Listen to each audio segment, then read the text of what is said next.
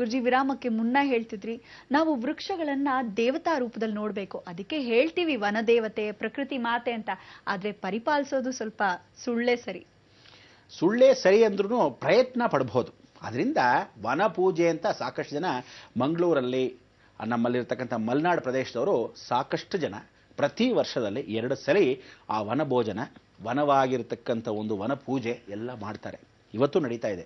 ಆದ್ದರಿಂದ ದಯವಿಟ್ಟು ಎಲ್ಲರೂ ನೀವುಗಳು ಮಾಧ್ಯಮ ನೋಡೋರಾಗಲಿ ಹೊರಭಾಗದಲ್ಲಾಗಲಿ ನೆಸೆಸಿಟಿ ಇದ್ದರೆ, ಪ್ರಕೃತಿಯ ವಿಕೋಪಕ್ಕೆ ಒಳಗಾಗಬಾರದು ಅಂತಿದ್ದರೆ ಖಂಡಿತವಾಗ್ಲೂ ಜೀವನ ಪರ್ಯಂತ ಎಲ್ಲರಿಗೂ ಸಂರಕ್ಷಣೆ ಮಾಡೋಕ್ಕೆ ದಯವಿಟ್ಟು ಒಂದೊಂದು ಸಸಿಯನ್ನು ನೀವು ಪ್ರತಿಪೂರ್ವಕವಾಗಿ ಒಂದೊಂದು ಕ್ಷೇತ್ರದಲ್ಲಿ ನಿಮ್ಮ ಜಾಗದಿಂದ ದೂರ ಇರತಕ್ಕಂಥ ಕ್ಷೇತ್ರ ಮಹಿಮೆಯಲ್ಲಿ ಯಾವುದಾದ್ರೂ ಒಂದು ದಟ್ಟವಾದ ಅರಣ್ಯ ಜಾಗದಲ್ಲೋ, ವಿಶೇಷವಾಗಿ ನೂತನವಾದ ದೇವಾಲಯಗಳಲ್ಲೋ ಖಂಡಿತ ಎಲ್ಲರ ವೃಕ್ಷ ಪ್ರತಿಷ್ಠಾಪನೆಗಳನ್ನ ಮಾಡಿ ನಿಮಗೆ ಖಂಡಿತ ಒಳ್ಳೆಯದಾಗತ್ತೆ.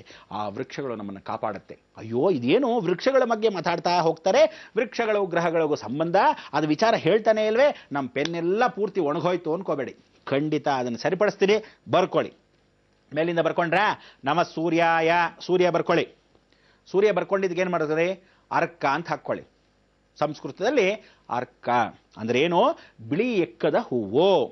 ಬಿಳಿ ಎಕ್ಕದ ಹೂವು ಅದು ಆ ಗಿಡ. ಅಂದ್ರೆ ಆ ಗಿಡ ತನಗೆ ತಾನೇ ಬರುತ್ತೆ. ಆದರೆ ತನಗೆ ತಾನೇ ಬಂದಾಗ ಈ ಎಕ್ಕದ ಹೂವಲ್ಲಿ ಹಾಲು ಬರ್ತಕ್ಕಂಥ ವಿಚಾರ. ಆ ಹಾಲು ಸಾಕ್ಷಾತ್ ಮಹಾಗಣಪತಿ. ಇದನ್ನ 100 ವರ್ಷ, 50 ವರ್ಷ, 25 ವರ್ಷ ಅಂತ ಇಟ್ಕೊಳ್ಳೋಣ. ಈ 25 ವರ್ಷ ಆದ ಮೇಲೆ ಒಂದು ಮರನ ನೀವು ಹಾಕಿದ್ದನ್ನು ನೋಡಿದ್ರೆ 25 ವರ್ಷ ಆದ ಮೇಲೆ ಯಾವುದೋ ಒಂದು ದಿನ ಪರಿಪೂರ್ಣ ಅಂದ್ರೆ ಎಲ್ಲರೂ ಗೊತ್ತೇ ಇರಲ್ಲ. ಆ ಮುಗ್ಧ ದಿನದಲ್ಲಿ, ಅಂಥ ಅಂತರ್ಕಾಲದಲ್ಲಿ ರಹಸ್ಯವಾಗಿ ಬಹಳ ಜನ ಇದನ್ನ ಬೇರೆ ಸಮೇತ ತೆಗಿತಾರೆ. ಇದು ನಿಜವಾದ ರಹಸ್ಯ ಏನು ಅಂದ್ರೆ, ನಮಗೆ ಗೊತ್ತಿಲ್ಲದೆ, ನಿಮಗೆ ಗೊತ್ತಿಲ್ಲದೆ ಅಲ್ಲಿ ಇರ್ತಕ್ಕಂಥದ್ದು ಏನು ಗೊತ್ತಾ? ಓಂ ಅಂತ ಮಹಾಗಣಪತಿ ತನಗೆ ತಾನೇ ಬಂದಿರ್ತಾನೆ ಬೇರಲ್ಲಿ. ಅದೇ ವಿಶೇಷ. ಅದನ್ನ ಏನಾದರೂ ಪರಿಪೂರ್ಣವಾಗಿ ಎತ್ಕೊಂಡ್ಬಿಟ್ಟು ಜ್ಞಾನ ಚಕ್ಷಸ್ಸು ಅಂತ ಅಭಿವೃದ್ಧಿ ಪಡಿಸ್ಕೊಳ್ಳೋಕ್ಕೆ ಮೂಲ ಮಂತ್ರಗಳಿದೆ. ಎಲ್ಲರೂ ಕಿತ್ಕೊಳ್ಳೋಕೆ ಹೋಗ್ಬಿಡ್ಬಿಡಿ, ಹೇಳಿದ್ದೀನಿ ಈಗಲೇ. ಇದನ್ನ ವಶೀಕರಣ ಅನ್ನೋದು ಸಾಕ್ಷಾತ್ ನಾವಲ್ಲ ಹಿಮಾಲಯದಲ್ಲಿ ಅಲ್ಲಿ ಮೂಲ ಗಣಪತಿ ಆರಾಧನೆ ಅಂತ ಮಾಡ್ತೀವಿ. ಮಾನಸ ಸರೋವರಕ್ಕೆ ಹೋದಾಗ ದೊಡ್ಡದಾಗಿರ್ತಕ್ಕಂಥ ಗುಹೆಗಳು. ಈ ಗುಹೆಗಳು ಕರೆಕ್ಟಾಗಿ ನಮಗೆ 12 ಗುಹೆಗಳಿದೆ. ಈ 12 ಗುಹೆಗಳು ಏನು ಜಾಸ್ತಿ ಏನು ದೊಡ್ಡದಿಲ್ಲಪ್ಪ. ಒಂದೊಂದು ಗುಹೆ ಒಳಗೆ ಸುಮ್ಮನೆ ನೀವು ಹಿಂಗೆ ನಿಂತರೆ ಅದು ಎತ್ತರ ಇರೋದು 150 ಅಡಿ.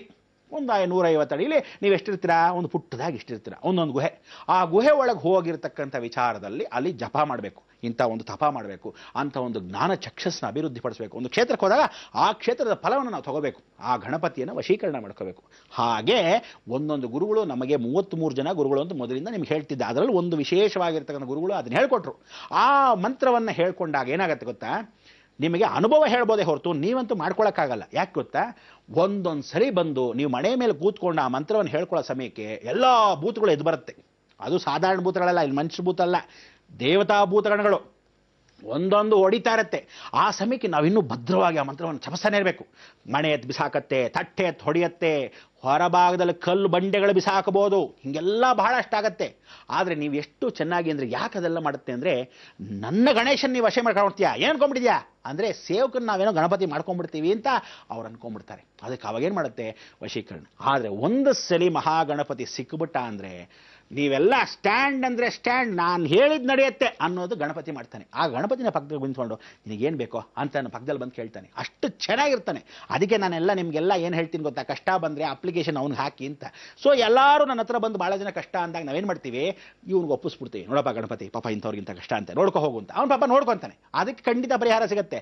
ಇದನ್ನು ಬಿಟ್ಟು ಭಾಳ ಜನ ಏನು ಮಾಡ್ತಾರೆ? ಅಯ್ಯೋ ಅವ್ರ ಹತ್ರ ಹೋಗಿ ಸಿಕ್ಬಿಡುತ್ತಾ ಅಂತ. ಸಿಗದಿದ್ದ ನಿಮ್ಮ ಹಣೆ ಬರ, ಕರ್ಮ ಇದ್ದವ್ರು ಅಲ್ಲೇ ಇರ್ತಾನೆ, ಬಂದವನು ಬರ್ತಾನೆ, ಭಾಳ ಚೆನ್ನಾಗಿದ್ದಾರೆ. ಅದಕ್ಕೆ ಹೇಳೋದು ದೇವತಾ ಅನುಗ್ರಹದಲ್ಲಿ ವಶೀಕರಣ ಅನ್ನೋಕ್ಕಿಂತ ಔಪಾಸನೆ ಅಂತ ಕರಿತೀವಿ. ಈ ಔಪಾಸನೆ ನೀವು ಮಾಡಬೇಕು. ಅದಕ್ಕೆ ವೃಕ್ಷಗಳಿಗೆ ಔಪಾಸನೆ ಯಾವತ್ತು ನೀವು ಮಾಡ್ತಿರೋ, ಈ ಬಿಳಿ ಎಕ್ಕದ ಗಿಡ ಸಾಕ್ಷಾತ್ ಸೂರ್ಯನಿಗೆ, ಸೂರ್ಯನ ವೃಕ್ಷನೇ ಇದು. ಇದನ್ನು ಹೆಂಗೆ ಪೂಜೆ ಮಾಡ್ಬೇಕು ನೀವು ಅಂದರೆ, ಪ್ರತಿದಿನ ಎಲ್ಲೇ ಇರಲಿ, ಪ್ರತಿ ಮಂಗಳವಾರ ದಿವಸ ಗಂಡಸರು 2 ಬಿಳಿ ಎಕ್ಕದ ಹೂವು ತಂದು ನಿಮ್ಮ ಮನೆ ಗಣಪತಿಗೆ ನೀವು ಹಾಕಿ.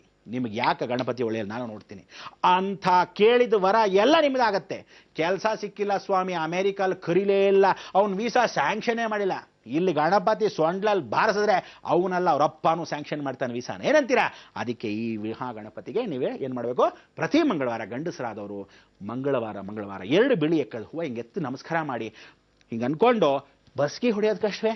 ಇಷ್ಟು ಮಾಡದಿದ್ರೆ ಹೆಂಗಿರ್ತೀರ? ಅದಕ್ಕೆ ನಾನು ಹೇಳೋದು, ನಮ್ಮ ಗಣೇಶ ನಮ್ಮ ಅಣ್ಣ ಅವನ ಥರ ನಾನು ಇದ್ದೀವಿ, ಆನಂದವಾಗಿರ್ತಕ್ಕಂಥದಕ್ಕೆ ನಾವೇನು ಸಾಕ್ಷಿನೋ ನಿಮಗೂ ಅದೇ ಅನುಭವಗಳನ್ನ ಹೇಳಿಕೊಟ್ಟು ನೀವು ಚೆನ್ನಾಗಿರಿ ಅಂತ ಮನೋಭಾವನೆ ನಮ್ಮದು. ಎರಡನೇ ವೃಕ್ಷಕ್ಕೆ ಬರೋಣ. ಚಂದ್ರ. ಪಾಲಾಶ ಅಂತ ಬರ್ಕೊಳ್ಳಿ. ಏನು ಬರ್ಕೊತೀರಾ?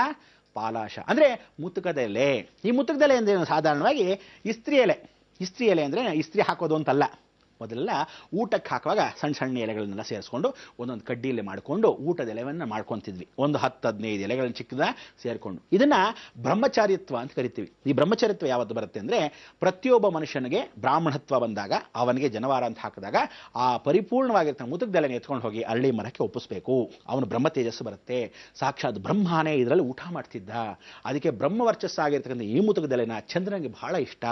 ಅದಕ್ಕೆ ಇವನ್ನ ಪಾಲಾಶ ಅಂತ ಕರಿತೀವಿ. ಈ ಪಾಲಾಶವಾಗಿರ್ತಕ್ಕಂಥ ಅನುಗ್ರಹ ಸಂಸ್ಕೃತದಲ್ಲಿ ಏನು ಹೇಳ್ತೀವಿ, ಈ ಊಟದೆಲೆನಲ್ಲೇ ಊಟ ಮಾಡಬೇಕು. ಅದಕ್ಕೆ ಹೇಳೋದು, ಪ್ರತಿ ನೀವು ಯಾವುದಿನಾದರೂ ಏನಾದರೂ ಊಟ ಮಾಡ್ಕೊಳ್ಳಿ, ಕನಿಷ್ಠ ಹಬ್ಬದ ದಿವಸ ಆದರೂ ನೀವು ಈ ಊಟ ಮಾಡಬೇಕು. ಲಕ್ಷ್ಮಿ ಇದರೊಳಗೆ ವಾಸವಾಗಿರೋದು. ಆ ಎಲೆನಲ್ಲಿ ಲಕ್ಷ್ಮಿಗೆ ನೈವೇದ್ಯ ಇಡಬೇಕಾದ್ರೆ, ಲಕ್ಷ್ಮಿಗೆ ಕಲಶ ಇಡಬೇಕಾದ್ರೆ ಇದೇ ಮುತುಕದೆಲೆ ಇಡಬೇಕು. ವೃಕ್ಷಗಳನ್ನು ಪೂಜೆ ಪುನಸ್ಕಾರಗಳನ್ನ ಹೀಗೆ ಮಾಡಬೇಕು. ನೀವುಗಳೆಲ್ಲ ಏನು ಮಾಡ್ತೀರಾ, ಅಂಥ ಒಂದು ಮುತುಕದೆಲೆನ ಇದುವರ ತನಕ ಎಲ್ಲ ಬಾಳೆ ಎಲೆ ಬಾಳೆ ಎಲೆ ಬಾಳೆ ಎಲೆ ಬಾಳೆ ಎಲೆ ಶುಭಕ್ಕೂ ಅಶುಭಕ್ಕೂ ಎರಡಕ್ಕೂ ಉಂಟು. ಯಾವಾಗಲೂ ಬಾಳೆ ಎಲೆ ಉಪಯೋಗಿಸಬಾರ್ದು. ಅದಕ್ಕೆ ಮಹಾಗಣಪತಿಗೆ ಭೂತಗಣಾಧಿಪತಿಗೆ ಮಾತ್ರ ಬಾಳೆ ಎಲೆ, ಲಕ್ಷ್ಮಿಗಿಟ್ಟಾಗ ಪರಿಪೂರ್ಣವಾಗಿ ಮುತುಕದೆಲೆ ಜ್ಞಾಪಕ ಇರಬೇಕು. ಅಂಥ ಒಂದು ಮುತುಕದೆಲೆನ, ಮುತುಕದ ಏಳಿಗೆ ಗಿಡನ ಸ್ಮರಣೆ ಮಾಡಿಕೊಂಡ್ರೆ ಚಂದ್ರ ಮನಃಶಾಂತಿ ಸಿಗಬೇಕಾ ನಿಮಗೆ? ಆ ಚಂದ್ರನಂತ ಹೋಗಬೇಕು, ಮುತುಕದೆಲೆ ಇರಬೇಕು. ನಿಮ್ಮ ಮಕ್ಕಳನ್ನ ಹಠ ಗಿಡ್ಡ ಮಾಡ್ತಿದ್ರೆ ಇಂಥ ಎಲೆ ಊಟ ಹಾಕಿ. ಯಾಕೆ ಹಠ ಮಾಡ್ತಾರೆ ನಾನು ನೋಡ್ತೀನಿ. ಅದಕ್ಕೆ ವ್ಯವಸ್ಥೆ ಮಾಡ್ಕೋಬೇಕು. ಮೂರನೇ ಗ್ರಹಕ್ಕೆ ಹೋಗೋಣ. ಕುಜ. ಅಂಗಾರಕ ಬರ್ಕೊಳ್ಳಿ. ಕಗ್ಲಿ ಮರನ ಸ್ಮರಣೆ ಮಾಡ್ಕೋಬೇಕು. ಈ ಕಗ್ಲಿ ಮರ ಸಾಧಾರಣವಾಗಿ ಕಾಡಿನ ಪ್ರದೇಶದಲ್ಲಿ ಇರುತ್ತೆ. ಇದರಲ್ಲಿ ಹಾವುಗಳು ತನ್ನ ಪರೆಗಳನ್ನು ತೆಗೆಯುತ್ತೆ, ಚರ್ಮಾನುಗ್ರಹದೇ ಸೇರುತ್ತೆ. ತೆಗೆದಾಗ ಹೊಸದಾಗಿ ನೂತನ ಚರ್ಮ ಬಂತು, ಆಹಾ ಅಂತ ಅಲ್ಲಿ ಹೋಗಿ ಆ ಕಗ್ಲಿ ಮರದಲ್ಲಿ ರಸವನ್ನು ಹೀರುತ್ತೆ. ಅದಕ್ಕೆ ಎಷ್ಟೋ ಜನಕ್ಕೆ ಈ ಪರೆಯನ್ನು ಪರಿಪೂರ್ಣವಾಗಿ ವಶೀಕರಣ ಮಾಡ್ಕೊಳ್ಳೋಕೆ ಅವಕಾಶವನ್ನು ಮಾಡಿದಾಗ ಸರ್ಪದೋಷಗಳನ್ನು ಪರಿವರ್ತನೆ ಮಾಡುತ್ತೆ. ಅದಕ್ಕೋಸ್ಕರ ಕುಜ ಅಂಗಾರಕನಾಗಿರ್ತಕ್ಕಂಥವನು, ಗ್ರಹಾನುಕೂಲವಾಗಿರ್ತಕ್ಕಂಥ ಎಲ್ಲ ಪೋರ್ಟ್ಫೋಲಿಯೋ ಹೆಡ್ ಆಫೀಸ್ ಆಗಿರ್ತಕ್ಕಂಥವನು, ಇವನಿಂದ ಪರಿಹಾರ. ಈ ಪರಿಹಾರವನ್ನು ಆ ಕಗ್ಲಿ ಮರಕ್ಕೆ ಪರಿಪೂರ್ಣವಾಗಿ ಮಾಡ್ಕೊಳ್ಳೋಕ್ಕೆ ಅವಕಾಶ ಯಾರೋ? ಸಾಕ್ಷಾತ್ ಅಂಗಾರಕ. ಕುಜ ಅಲ್ಲೇ ವಾಸವಾಗಿರ್ತಾನೆ. ಅದಕ್ಕೆ ನೀವೆಲ್ಲ ಏನು ಮಾಡಬೇಕು, ಈ ಕಗ್ಲಿ ಮರನ ಯಾರು ಸುತ್ತಾರೋ, ನಿಮ್ಮಲ್ಲಿ ಅಕಸ್ಮಾತ್ ಆಕ್ಸಿಡೆಂಟ್ಸ್ ಆಗಿದ್ರೆ, ಮೂಳೆಗಳು ಮುರಿದು ಹೋಗಿದ್ರೆ, ರಕ್ತ ಬಹಳ ಚೆನ್ನಾಗಿ ನೋಡಬೇಕು ಅಂತ ಇರ್ತಾರೆ. ಅದಕ್ಕೋಸ್ಕರ ಶನಿ ಜೊತೆ ಏನಾದರೂ ಕುಜ ಕೂತಿದ್ರೆ ಇವರಿಂಥವರೆಲ್ಲ ಜೈಲಿಗೆ ಹೋಗೋದು ಗ್ಯಾರಂಟಿ. ಆಗ ಕಗ್ಲಿ ಮರ ನಮಸ್ಕಾರ ಮಾಡ್ಕೋಬೇಕು. ಮಾಡಿದಾಗ ಏನು ಮಾಡ್ತಾನೆ ಕುಜ, ಸರಿ ನಾನು ಕಾಪಾಡ್ತೀನಿ, ಡೋಂಟ್ ವರಿ. ದೊಡ್ಡದಾಗಿ ಕುಯ್ಯೋ ಬದಲು, ಕಾಲೇ ಮುರಿಯೋ ಬದಲು ಸ್ವಲ್ಪ ಮಟ್ಟಕ್ಕೆ ತರ್ಚ್ಕೊಂತು. ಇವತ್ತು ಸ್ವಲ್ಪ ಸಿಬಿರು ಮಾತ್ರ ಬಂತು, ಉಗುರು ಮಾತ್ರ ಕೆಟ್ಟೋಯ್ತು, ಇಲ್ದೇ ಕೆಳಗೆ ಬಿದ್ದು ಹೋಗ್ತಿದ್ದೆ. ಮೋಟರ್ ಬೈಕಲ್ಲಿ ಹೋಗ್ತಾ ಇದ್ದಾಗ ಜಾರ್ ಬಿದ್ದು ತಲೆ ಪಕ್ಕಕ್ಕೆ ಬಿದ್ದಾಗ ಒಂದು ಲಾರಿ ಢಬಕ್ಕಂತ ಹೋಗೋ ಬದಲು ಬೇಡ ಅಂತ ಮನೆ ಮೆಟ್ಲಿಂದ ಜಾರ್ ಬಿದ್ದೆ, ಸ್ವಲ್ಪ ತರ್ಚ್ಕೊಂತಷ್ಟೇ. ಆ ಕಗ್ಲಿ ಮರ ಪ್ರಭಾವ ಏನೋ ಆಗೋದು ಗ್ಯಾರಂಟಿ. ಸಣ್ಣದಾಗಿ ಕಾಪಾಡ್ತಾನೆ. ಕುಂಬಳಕಾಯಿ ಎಷ್ಟೋದನ್ನ ಸಾಸಿವೆ ಮಾಡ್ತಾನೆ.